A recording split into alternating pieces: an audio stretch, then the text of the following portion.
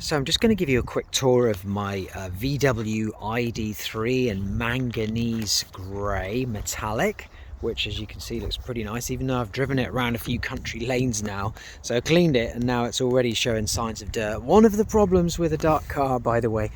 And there you go. Try and keep the sun out as much as I can. There you go. It's a good looking car.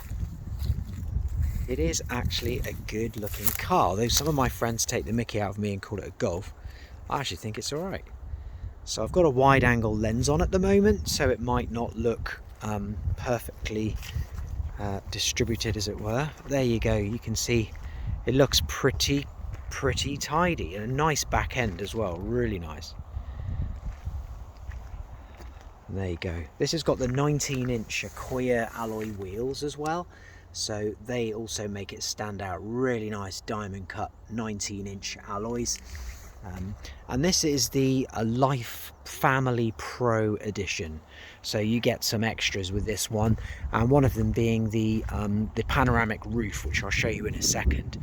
And then if I just move around to here, there we go. We'll now jump on the inside and then I'll show you everything about it inside.